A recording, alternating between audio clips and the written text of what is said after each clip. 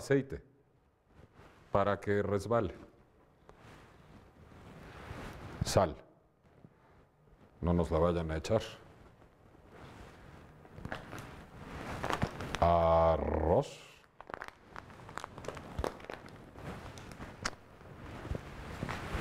Harina de otro costal. Y frijol, por aquello de la canasta básica. Queso y mucha literatura son los ingredientes necesarios para hacer un acto proselitista. Este es el letrero dedicado a política. Ya viene el candidato. Un letrero en pleno ejercicio del poder. En las monarquías ficticias que estudia Tanya Huntington. En la poesía nacionalista revolucionaria pero suspicaz que descubre Hernán Bravo Varela. E incluso en esa lengua de madera que trata de desentrañar José Ramón Ruiz Sánchez. En nuestra instantánea, Alejandro Rosas nos muestra cómo se escribe la historia. Y en nuestra entrevista central, Gilles Lipovetsky hace lo propio con la sociología. En nuestra pieza final, la artista Sandra Calvo muta en La Bella del Señor de Albert Cohen. Y nuestro lector invitado es Francisco José Paoli Bolio, que algo sabe de los centros del poder. Este es el letrero, ejecutivo, legislativo y judicial.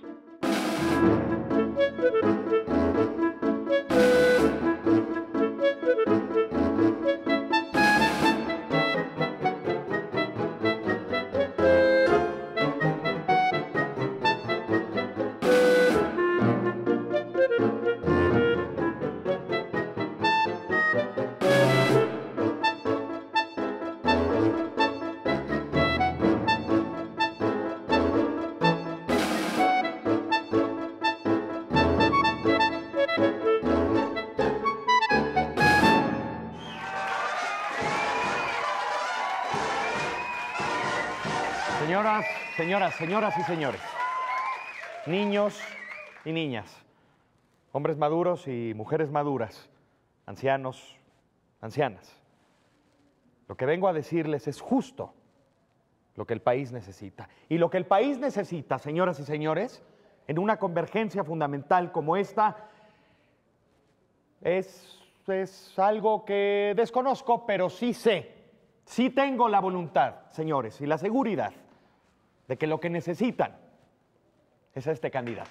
Gracias. Gracias, señores, gracias. Ahora bien, señoras y señores, les quiero presentar a un elemento fundamental de esta campaña. Ella es la senadora Tanya Huntington, que es senadora, entre otras cosas, porque le gusta cenar a la luz de la luna, como conmigo a veces, generalmente sola, como yo, pero le gusta hacerlo y se las quiero presentar porque es un apoyo fundamental en esta campaña que logrará la victoria, compañeros. Vamos a darles un aplauso. Gracias.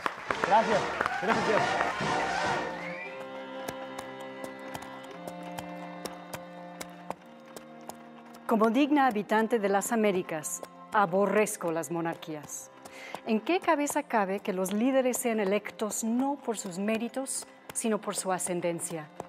Por eso, los únicos personajes de la realeza a los cuales celebro son ficticios, particularmente los que fueron laureados por un progenitor que sabía muy bien que la pluma es más poderosa que la espada, William Shakespeare. El bardo de bardos nos muestra que incluso en los árboles genealógicos reales abundan los frutos podridos, y todos quieren llevarse la corona. Gran parte del ejercicio político de un titular de tragedia shakespeariana consiste, por lo tanto, en eliminar a la competencia.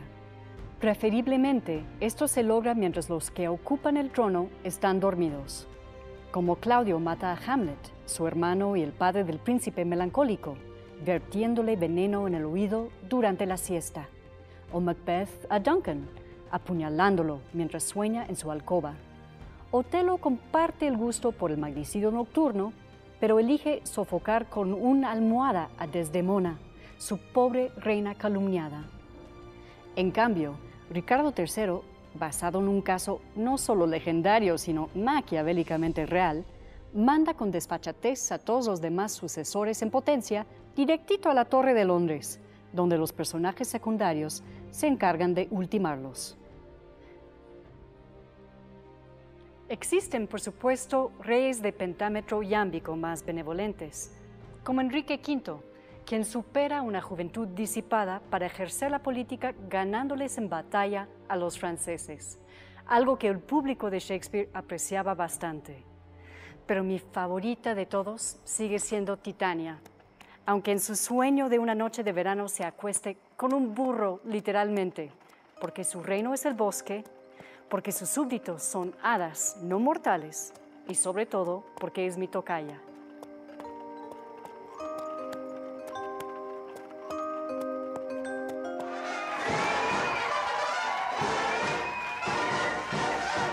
Licenciado Bravo. Me informan que Sandra Calvo ya empezó la pieza. No se lo estará haciendo con el dinero de la campaña, ¿verdad? No, señor, es una pieza de arte basada en la novela Bella del Señor de Albert Cohen. ¿De arte? De arte. Bueno, pues por lo menos que aprovechen para hacer el busto de mi pieza, ¿no? El monumento que quiero ahí en Reforma. Sí.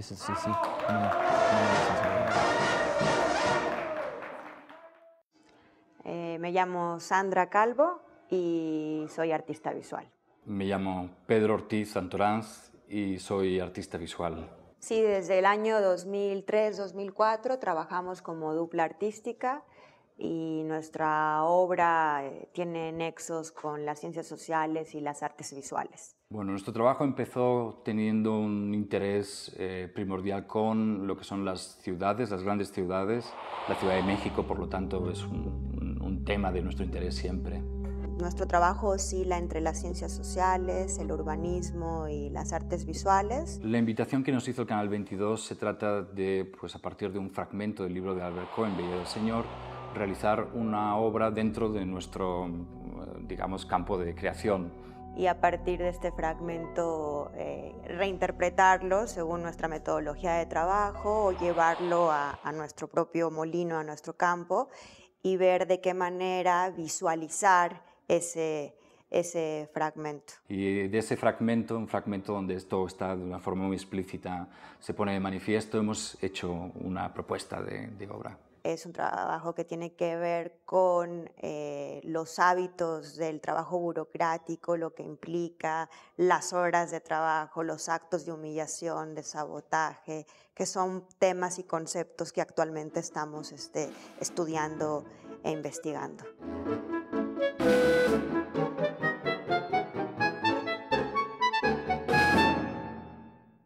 En términos generales, dirigir a muchas personas es como dirigir a unas pocas. Todo reside en la organización.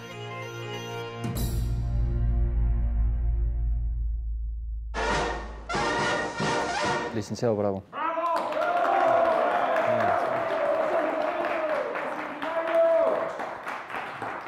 La entrevista, señor.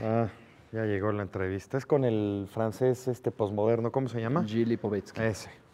De veras que lo que se uno por la política internacional de este país. Es usted un santo, señor. Lo sé.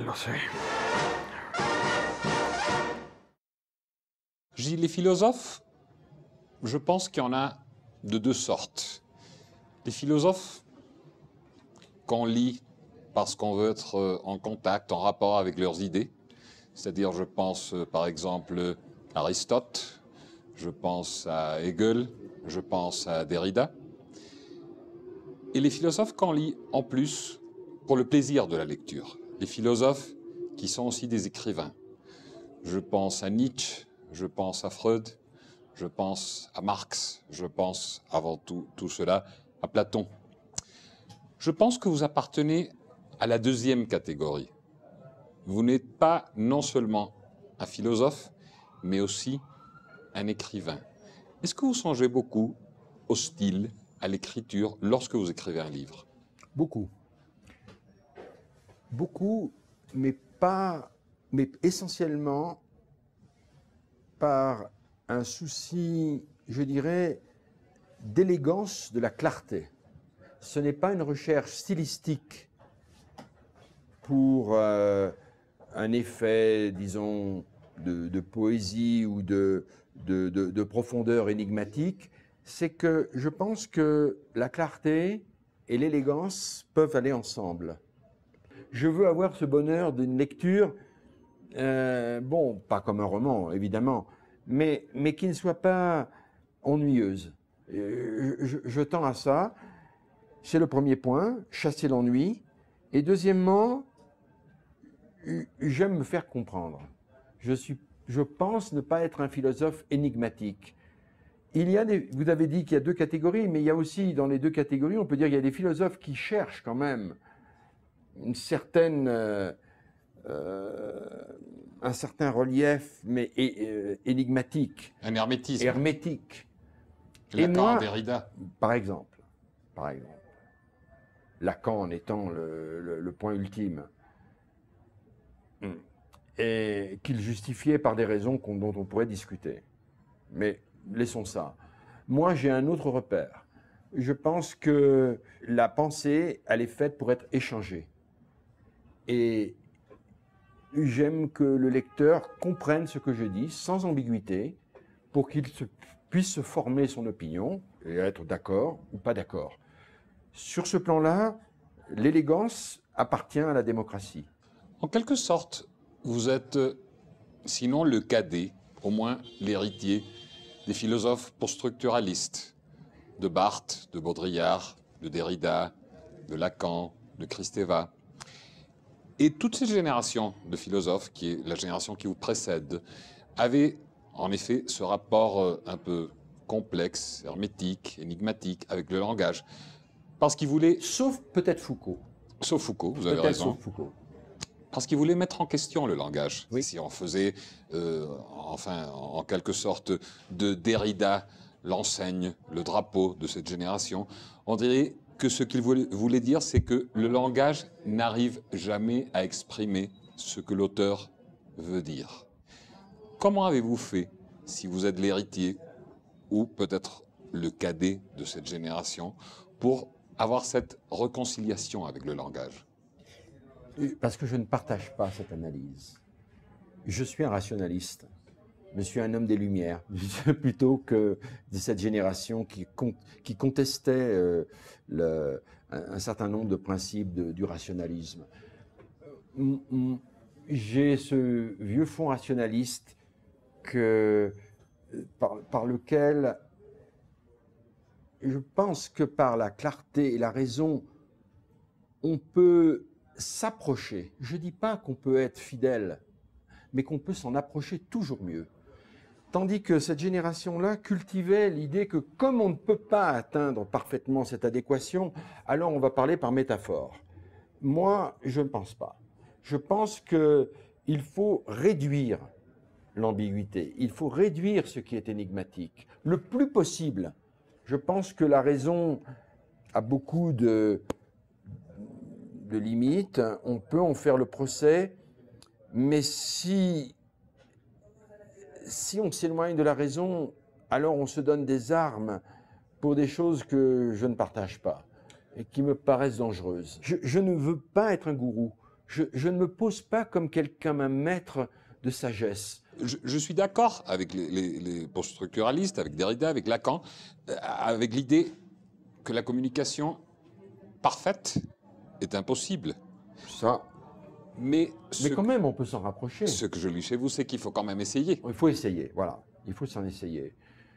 C'est bien sûr, la rencontre avec l'autre, elle a une complexité terrible. On dit une chose, c'est pas perçu comme tel, mais on peut corriger.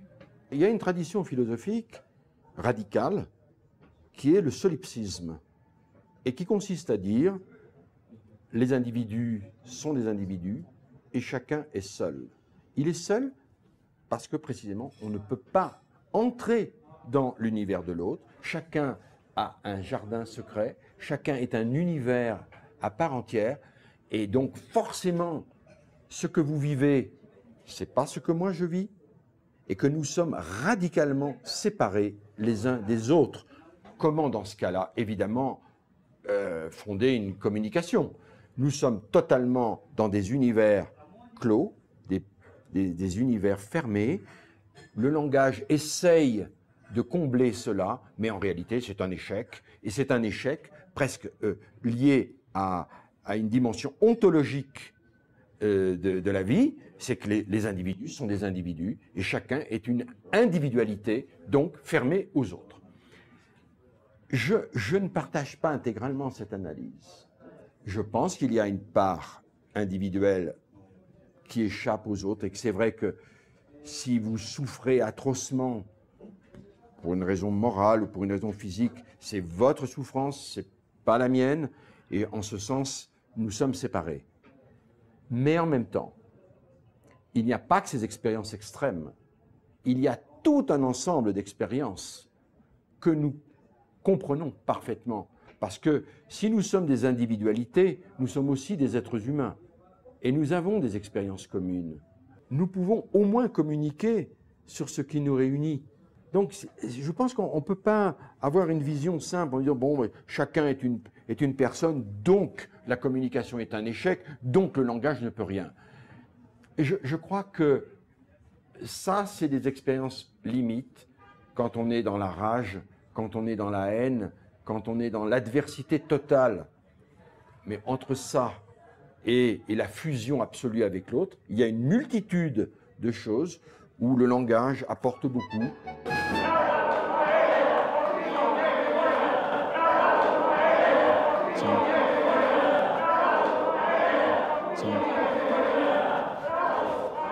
Sí, ya me toca lo mío, señor. Todos quieren su hueso, ¿verdad?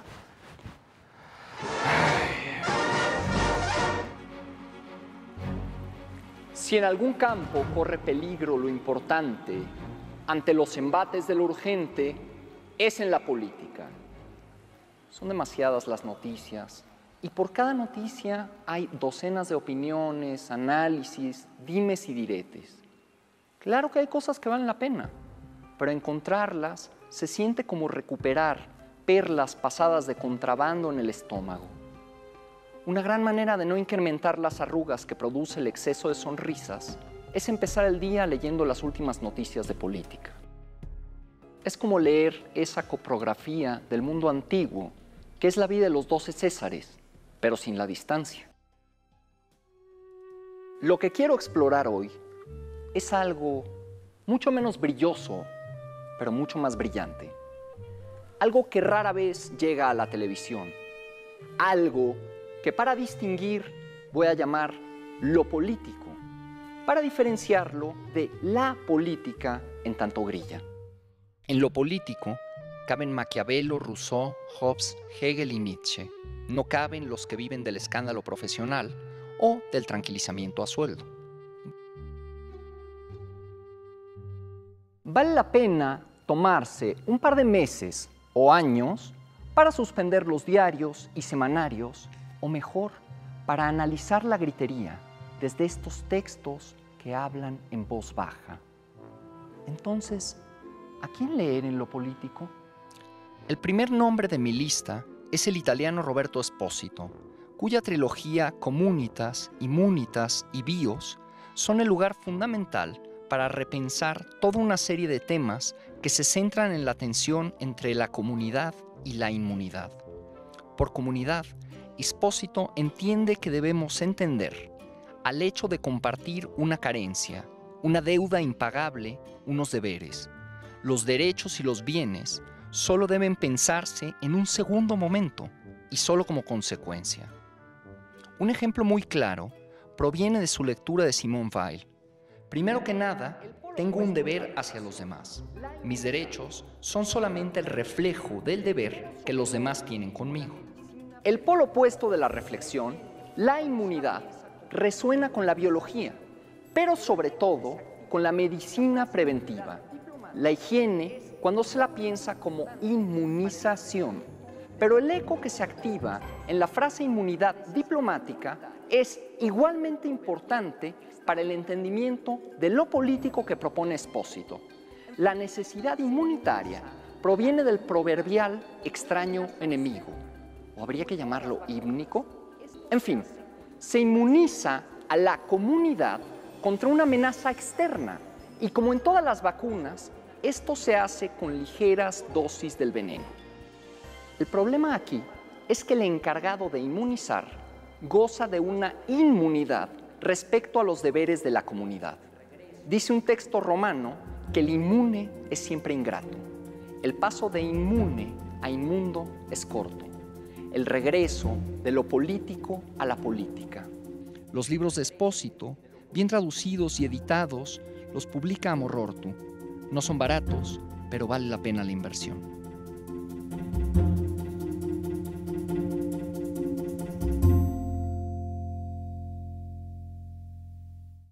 Pues la novela de Albert Cohen pone de relieve el carácter del trabajo del funcionario, cosa que nos interesa especialmente como artistas.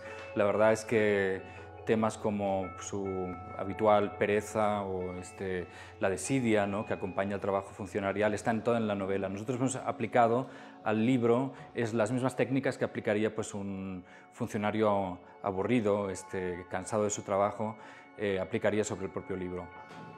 Una de las intervenciones que hicimos en una de las páginas donde prácticamente empieza a hablar con la mujer que ha sido castigado por el jefe porque no ha cumplido y no ha hecho el memorándum que tenía que hacer, y entonces a manera de pensar que nunca en realidad iba a hacer ese memorándum, lo que decidimos fue prácticamente cortar todas las palabras de ese memorándum inexistente, y ese memorándum se llama Memorándum Británico, que es lo que lleva como título la primera intervención sobre este fragmento.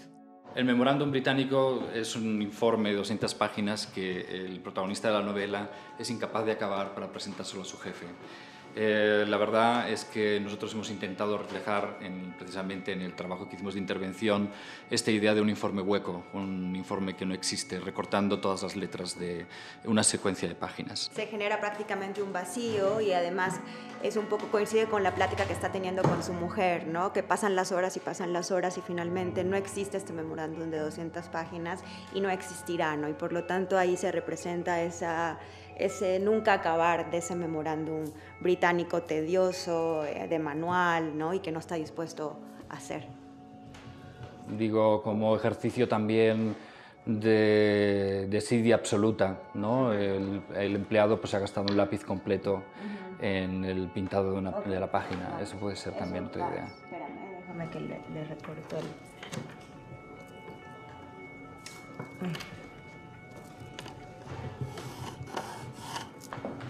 Voy a recortar los títulos de las distintas intervenciones que hicimos. Esta se va a llamar Lápiz Expandido. Es como un poco habla sobre la desidia del personaje, del aburrimiento, y entonces prácticamente es todo un lápiz que se utiliza para manchar o dibujar, pintar estas dos páginas del libro, ¿no?, hablando de esa ociosidad y desidia que tiene. O La engrapadora, que es otro de los orgullos del personaje de la novela de Albert Cohen. Se enorgullece como del hecho de tener una grapadora que puede engrapar 40 grapas por minuto. Es, digamos, otro de los gestos geniales del escritor, ¿no?, para mostrarnos verdaderamente esta vida tan gris, tan, en cierto sentido, tan patética, pero tan común y tan comprensible, por otro lado, ¿no?, que lleva el personaje de la novela. Oye, asegúrate que la instantánea sea con Alejandro Rosas. El licenciado Bravo lo quiere como parte de su gabinete.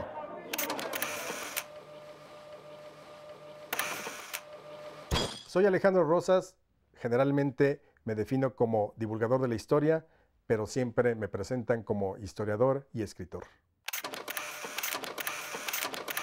No soy historiador de carrera. Yo estudié Relaciones Internacionales pensando más bien que en algún momento dado podría ocupar una embajada, como todos los que estudiábamos Relaciones Internacionales, y la historia más bien era un complemento porque me gustaba desde niño, me apasionaba. Entonces pensé quizás soberbiamente que para qué estudiaba historia si eso podía hacerlo como los historiadores del 19. Es decir, uno va a las fuentes, uno va a los libros, a la historiografía, porque no había talleres de electricidad ni de carpintería en la secundaria. Yo tuve que estudiar y aprender a fuerza taquimecanografía y tengo orgullosamente mi título de secretario. Y entonces la consigna era, hay que ser claro, preciso y conciso. Y creo que eso es lo que yo trato de ser. Yo nunca me imaginé ser escritor, sino más bien era un amante de la historia desde niño. Sobre todo porque yo escuchaba mucho a mi madre contarnos historias, muy en la versión infantil, digamos, de cómo decapitaban a María Antonieta, el Titanic, cosas de la Segunda Guerra Mundial. Y aunque siempre fue historia universal, yo lo que escuchaba más era la historia que teníamos familiar de mi bisabuelo revolucionario. Escribo desde luego para exorcizar demonios. Y muchas veces los villanos de la historia, valga la expresión, ayudan a exorcizar, e incluso los héroes ayudan a exorcizar esos demonios. La única novela histórica que yo he escrito, y es la única novela, es decir, el único ejercicio de ficción que he escrito, es Sangre y Fuego.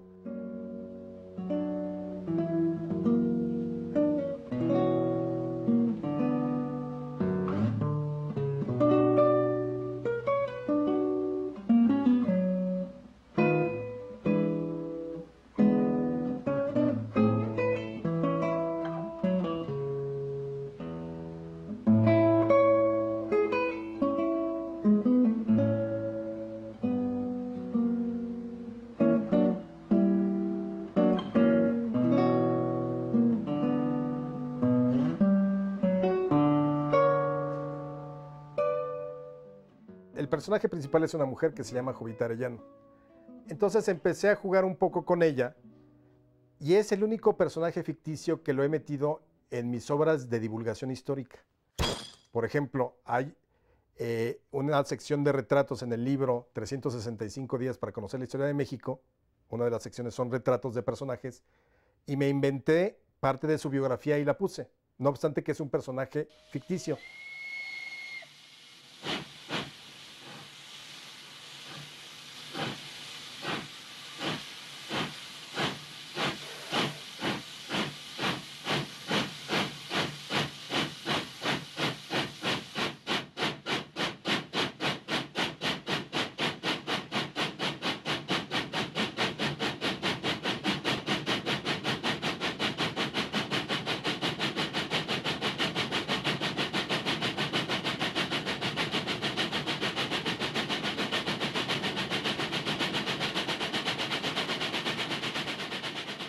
Me he definido siempre como un luchador en contra de los mitos.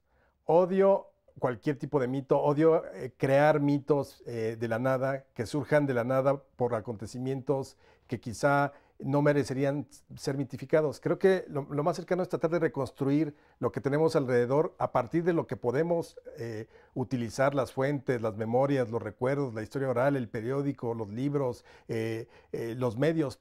Si hay 3 mitos que odio y que creo que nos siguen definiendo como sociedad, número 1 es creer que somos un país mediocre como el que tenemos actualmente por muchas circunstancias. Primero, porque nos conquistaron los españoles. Híjole, ese es uno de los mitos que más odio. Luego el segundo, nuestro síndrome de Juan Escutia, de envolvernos en la bandera y creer que todos nuestros males provienen del exterior y particularmente de Estados Unidos. Y el tercer mito que odio es toda esta alegoría y toda esta apología que se hizo de la Revolución Mexicana como el gran movimiento social del siglo XX. Me molesta mucho porque creo que no lo conocemos y que nos impidieron durante mucho tiempo conocerlo. Yo soy un medium porque cuando me meto a la historia hago hablar a los muertos y nos ponemos a platicar de una manera muy sabrosa. Es maravilloso hablar con los muertos y creo que eso es lo que me mueve.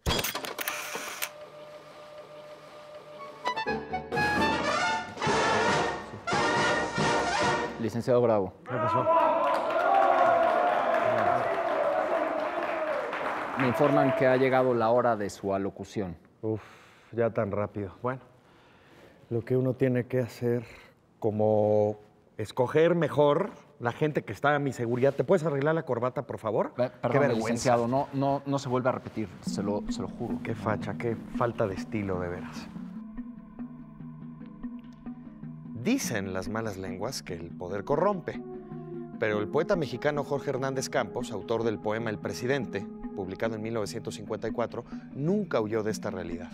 Antes bien, la enfrentó con valentía, horror y hasta deseo. Como Bertolt Brecht o Pierpaolo Pasolini, construyó una jaula donde exhibió al lenguaje del poder en todo su desgaste, seducción y opulencia. Hernández Campos fue un eficaz burócrata de la cultura y un miembro del Partido Revolucionario Institucional que destazó tanto a los artistas apolíticos como al Poder Ejecutivo. Al mismo tiempo, un poeta que defendió la continuidad del entonces Partido de Estado y que sometió a un duro examen de conciencia el concepto de transición democrática. Esa contradicción hizo de la obra de Hernández Campos el único manual de operaciones poéticas que se haya escrito en México para la maquinaria del poder. Lo que se discute en la columna o el ensayo político, nuestro autor lo hizo en un monólogo dramático que retrata el ascenso de Miguel Alemán Valdés a la presidencia de la República. Y si después seguí adelante con el llanto en el alma, si fui a las cámaras, a la gubernatura, a la secretaría y llegué luego aquí, fue porque alguien tenía que hacerlo. Este pueblo no sabe, México está ciego, sordo y tiene hambre. La gente es ignorante, pobre y estúpida. Necesitan obispos, diputados, toreros y cantantes que les digan canta, vota, reza, grita. Necesita un hombre fuerte, un presidente enérgico que le lleve la rienda, le ponga el maíz en la boca, la letra en el ojo. De acuerdo a una entrevista con Marco Antonio Campos, la intención del presidente era purgativa. Hay un esfuerzo por deshacerse de esa sombra, la del poder. Es evidente, este tipo de relación con el poder nos ha erosionado como pueblo y ha mortificado nuestra inteligencia. Deicida y justiciero, Hernández Campos cumplió con una frase adjudicada a cientos de políticos que han prometido acabar con la corrupción. Las escaleras se barren de arriba hacia abajo. Barrió primero con el dios del poder, después con sus fieles creyentes e hijos pródigos, los electores. Hoy más que nunca, el presidente debe ser leído como un apocalipsis según nuestra imberbe democracia. Las manitas para arriba, mi cisne negro del Distrito 23. Qué bien huele eso, ¿eh? ¿Qué es la banda? La banda de los 7 machos, mi señor. Suena poderoso. Lo es. Le va a ir muy bien ahora que estemos en el texto gestual. Pero ¿por qué no nos vamos primero a corte? Necesitamos un descansito, ¿no? Usted siempre tan razonable, licenciado. Claro, sobre todo después de estar puebleando.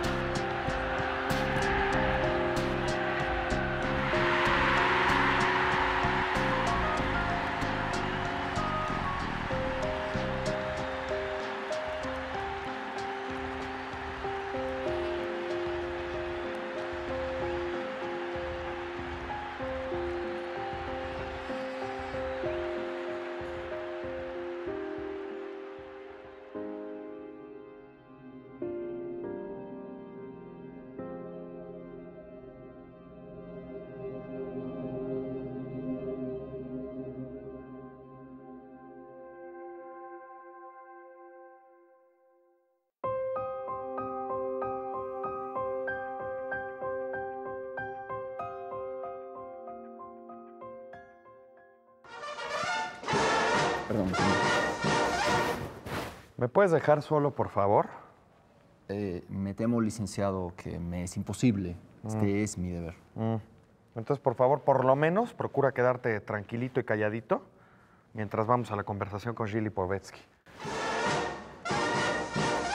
Est-ce que maintenant, vous pensez faire partie d'une tradition philosophique française? Vous vous concevez comme un philosophe français? Écoutez, moi, j'ai une formation laïque, française, absolument classique. J'ai été formé par l'école de la République française, qui avait des vices, enfin, parce que c'était une école autoritaire, mais qui avait des mérites, former des gens volontaires, etc.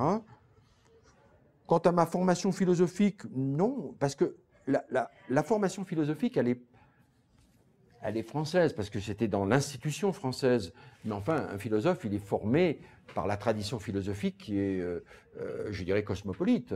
C'est les Grecs, les Allemands. Bon. Mais n'êtes-vous pas plus proche, en termes de philosophie contemporaine, de la philosophie en langue anglaise que la philosophie en langue française? Peut-être. Du champ des études culturelles. Oui, c'est vrai. La philosophie, depuis les Grecs, elle est le cœur de notre culture occidentale. Elle a généré le monde de la raison, le monde de la réflexion. C'est constitutif de notre identité. Elle a permis l'avènement de la science, elle a permis l'avènement de la démocratie, de la liberté. Elle a permis de faire reculer le dogmatisme religieux au nom de l'examen individuel.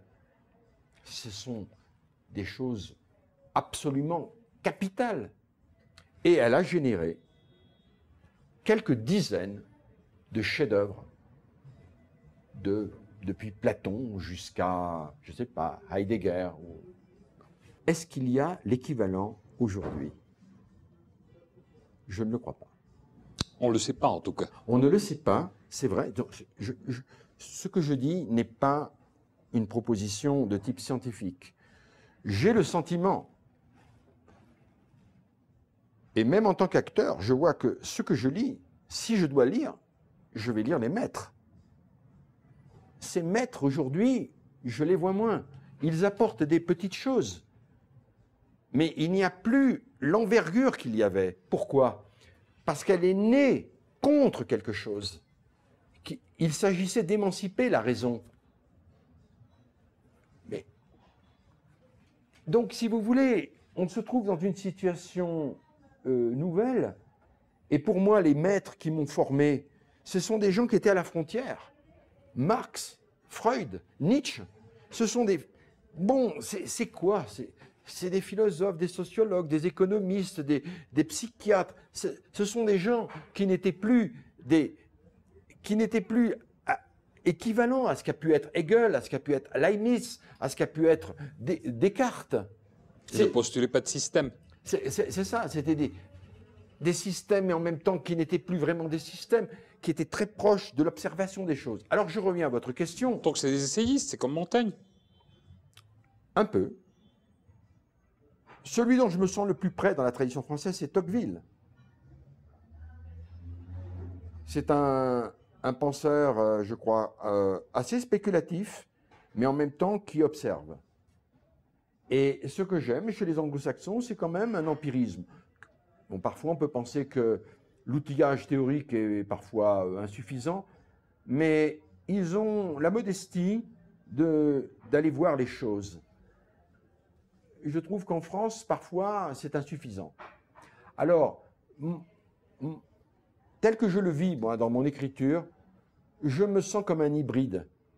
Je me sens comme quelqu'un qui est philosophe quand il fait de la sociologie et qui est sociologue quand il veut penser comme un philosophe.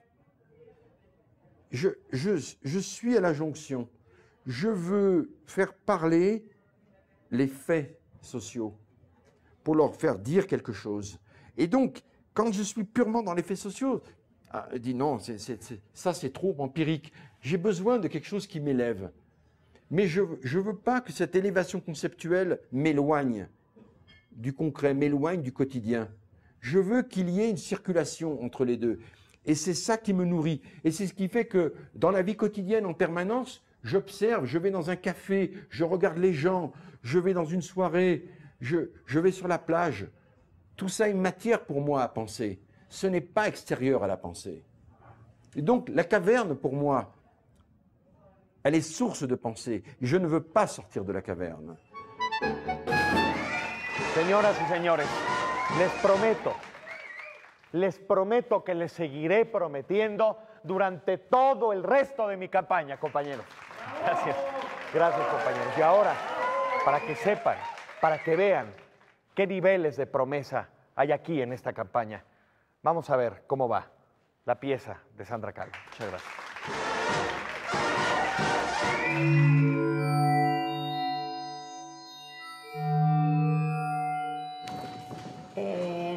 Bueno, en esta otra intervención donde prácticamente va calculando las horas de descanso y viendo cómo poder nombrar cuántos días al año tiene este hombre de descanso, que al final acaban siendo 216 días. Elegimos una parte también del fragmento donde con un hilo vamos uniendo todas las palabras con las que él nombra estos 216 días de descanso. Los 216 días de este sentido están unidos por hilo negro, ¿no? Un hilo negro que es en cierto sentido una amargura o una desesperanza soterrada dentro del personaje. El hilo negro une o intenta religar algo que en realidad no se puede más que ver como una aspiración vana, una especie de espejismo. Es decir, no puede hacer ni una cosa ni la otra. Está atrapado, como siempre, entre su mujer y su trabajo, entre el tiempo libre y el tiempo de oficina. Este es un hombre que en cierto sentido no respira. Hay algo de eso también en la obra que estábamos presentando en este momento. Sí, habla como, sí, este rollo de como hablábamos, de calcular las horas de descanso o intentando tener ascensos en base al adulo y el arribismo, vende cotidianamente como el alma al diablo, habla de toda esta frivolidad y pereza de parte del trabajador, del oficinista, ¿no? Y cómo estos oficinistas y burócratas rifan por onzas la poca dignidad que les queda con tal de conseguir determinadas cosas, ¿no? Ante ellos mismos, ante sus compañeros de trabajo y ante su propia mujer, ¿no? El negro es uno de los colores que hemos elegido para, digamos, como una gama cromática dentro del negro, por precisamente acercarnos como a este interior de la historia, esta bilis, esta especie de humor negro que tiene el personaje corriéndole en las venas y que incluso se esfuerza por ocultárselo al propio lector, pero el lector va, digamos, a lo largo de las páginas descubriendo sin remedio, ¿no? Lo perdido y, en cierto sentido, el fracaso vital de este personaje. Duró semanas. Veíamos con los catalejos aquellos papistas reblandecidos, aquellos marineros de pega, bajo las sombrillas con flecos, un pañuelo entre el cráneo y la peluca para enjugar el sudor, comiendo helados de piña.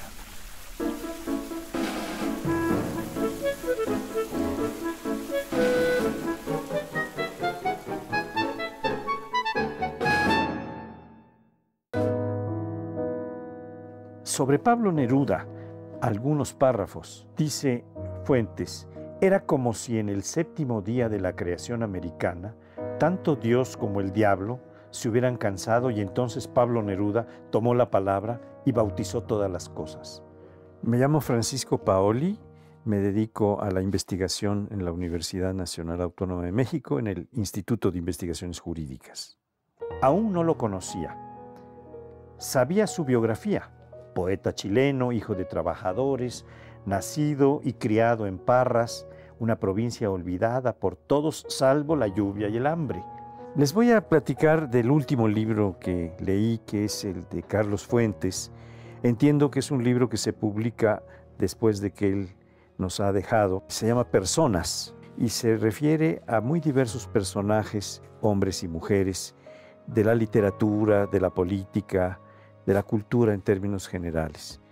El mar le envió un barco ebrio. Los bosques se cubrieron de hojas de hierba.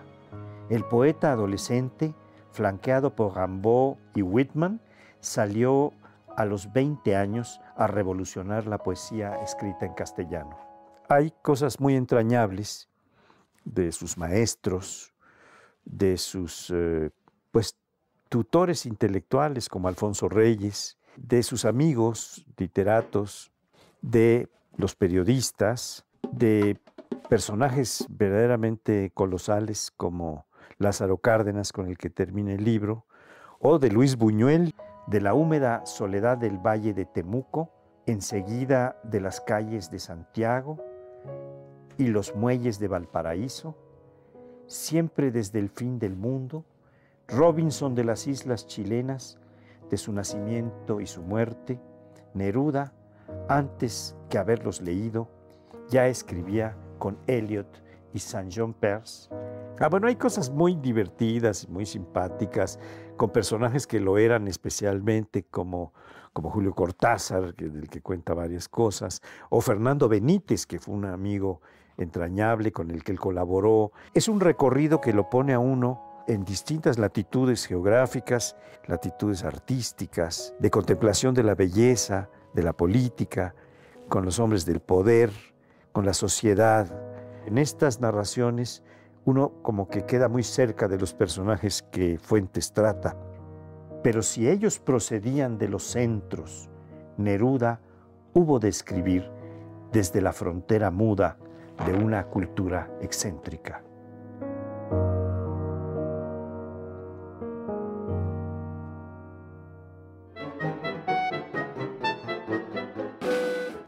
Licenciado. ¿Qué pasó? Mire, traigo un libro magnífico para usted. Este va a cambiar su carrera para siempre. A ver, ya me tienes intrigado. ¿Por qué? Es una historia, la historia definitiva sobre la Escuela de Frankfurt. Desde su fundación, en las primeras décadas del siglo XX, su paso por Nueva York, su regreso a Alemania y finalmente la muerte de sus integrantes más conocidos como Adorno. Y este es el libro que tiene todos los detalles. Es una investigación, el volumen lo dice todo, de la correspondencia, todas las biografías, la obra anterior que había tratado sobre la Escuela de Frankfurt. Entonces yo creo que esto es todo lo que necesita para enterarse de lo que fue el mayor esfuerzo para crear una teoría que combinara los dos aportes del siglo XIX y del principio del siglo XX, el marxismo y el freudismo. Pues suena muy bien. Se lo voy a decir a mis asesores porque ellos me recomendaron que leyera este breviario de campaña electoral de Quinto Tulio Cicerón. Quinto Tulio Cicerón fue hermano de Marco Tulio Cicerón, el gran orador, y que se convirtió en cónsul en el año 64 a.C. Y justo para la campaña, su hermano escribió unos breves pero incisivos apuntes sobre el arte de negociar, el arte de hacer amistad y familia en la política, pero sobre todo cómo ganarse al electorado a partir de muy sencillos procedimientos y estrategias que sin duda, estoy seguro, todos los políticos de cualquier partido deberían leer para asegurarse algo más que un papel en el próximo o en el anterior o en los futuros gobiernos, como quiera que sea. Este breviario de campaña electoral también, entre otras cosas, nos describe cómo el arte de la política es sobre todo el arte del convencimiento. Un arte, desde luego, semejante, si no por decirlo de otra manera, hermano al de la retórica que instituyó célebremente el propio Cicerón. Claro. Ahora, tenemos que ir a ver cómo terminó su pieza Sandra Calvo, señor licenciado Bravo. Pues vamos a verla, ¿no? Bueno, la obra final son estas 6 intervenciones, 6 acciones que han surgido de 6 gestos que reinterpretan prácticamente el estado de angustia, de ansiedad y de perturbación de este personaje que describe Albert Cohen en su novela Bella del Señor.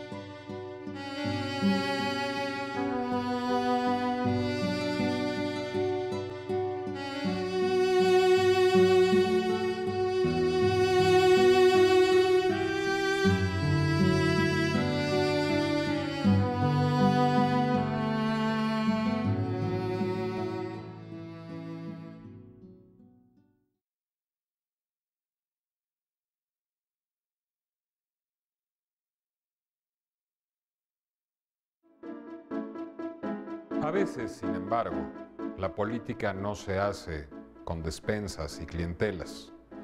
No es cosa de mapaches y ratones locos. A veces la política se hace con mejores herramientas. Con esta, por ejemplo. De aquí salen leyes y políticas públicas y a menudo son buenas. La pluma es más poderosa que la espada. ¿Cómo no dar entonces a la política un espacio en el letrero? Esto es todo por hoy. Nos vemos la próxima semana, cuando, por supuesto, esperamos contar con su apoyo. Muy buenas noches.